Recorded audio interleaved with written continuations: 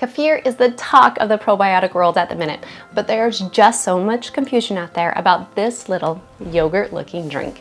As a registered dietitian, I get a lot of questions about it. We've done all the research into kefir for you. So in this video, I'm going to answer your 10 most popular questions about kefir, and you can decide whether it's right for you.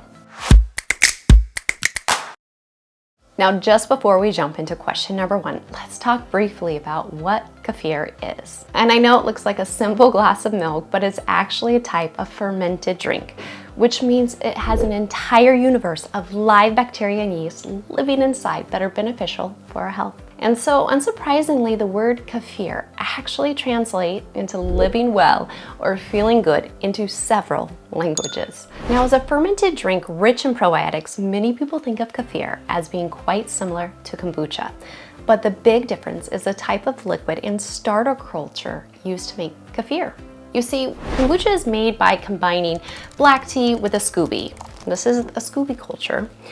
And kefir is made by combining goat, cow, or even sheep's milk with kefir grains, which are right here. Okay, so let's get into question number 1. Companies selling milk kefir like to call it the champagne of dairy.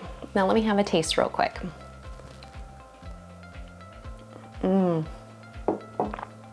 It's great, but I hate to break it to them. It's a little bit of a stretch. You see, although it has an interesting bubbly texture and a nice creamy taste, thanks to the milk, it also has a quite tart and tangy flavor due to the beneficial lactic acids in there. And for some people, it can take some time getting used to it. But here's a quick pro tip. If you don't love the flavor, try adding some natural sweetener to it. For example, a teaspoon of honey can work wonders. If you find dairy kefir is not your jam, you're in luck because there are many options available. Water kefir is one of my favorite of them, and I have a glass right here. It's rich and refreshing and bubbly, and when it's flavored with fruit, as I've done to both of these, it tastes similar to a healthy soda. Of course, there's also other kefirs out there like coconut kefir, and it uses either coconut water or coconut milk. And if you're game, you can even try all kinds of other weird and wonderful kefirs such as soy milk, oat milk, and even walnut kefir. If you're interested to know how these types of kefir stack up to milk kefir or which one is best for you, check out the video above. To make kefir, you simply need to add some kefir grains to your liquid of choice. For example, here I'm going to be putting about 1 teaspoon of kefir grains to a glass of cow's milk. Next, you'll want to cover up the jar or glass that you're using.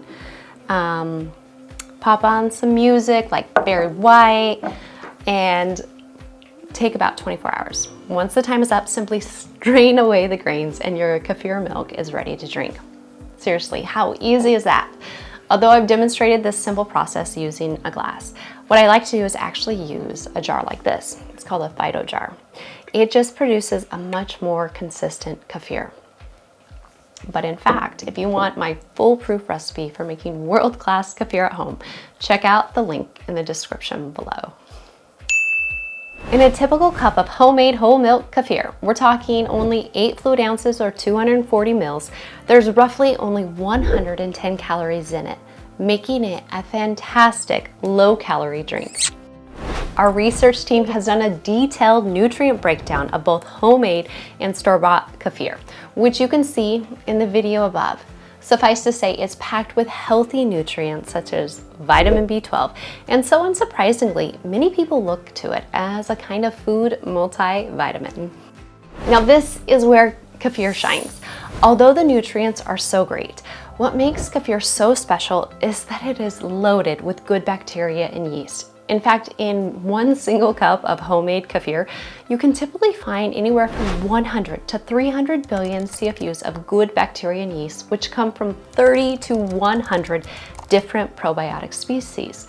Compare that to, say, yogurt, which typically only has from 1 to 2 billion per serving, and usually only from a handful of different species. With so many goodies inside every glass, it's not surprising that companies selling kefir have been quick to claim that it can help with everything from weight loss to acne. we always look to real studies and the actual science to see what is true and what is not. And on that front, kefir has been shown to help with digestion and bowel movements, as well as allergies and inflammation, along with several other issues. Even more interesting, I've worked in several nursing facilities where the medical director and I have had patients whose gut bacteria was compromised due to antibiotics. And in order to restore their microbiome, we realized a terrific way was to give them kefir. It worked so well, it became a protocol. What a difference kefir truly makes. If you want to learn more about all the science-backed benefits of kefir, check out the video above. Well, since a single cup of kefir can contain hundreds of billions of good bacteria, it can be wise to start slowly. So if you have a sensitive gut, starting with just 2 tablespoons a day can be a good day.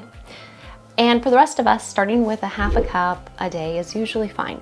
Then as the body gets used to enjoying these large servings of probiotics, you can usually move it to about 1 to 2 cups throughout the entire day. If you don't like drinking kefir, I recommend using it like you would with normal plain yogurt. You can add it into smoothies or dips or even salad dressings. Here's another pro tip for you. Whichever way you decide to use it, just make sure you don't add it to hot recipes like soups or cooked meals, as this can destroy many of the little probiotic heroes inside kefir. Well, I've got some good news for you. Luckily, milk kefir contains much less lactose than normal milk. And that's because both the lactic acid bacteria and the beneficial yeast found in kefir grains consume a lot of the lactose sugar during fermentation. Plus, the kefir milk contains enzymes that further help with the breakdown of lactose.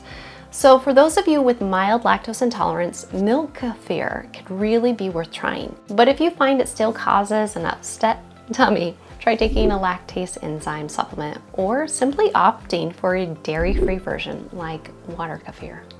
So as we've seen, kefir is a probiotic-rich drink that is absolutely packed with nutrients and good bacteria that your gut will love.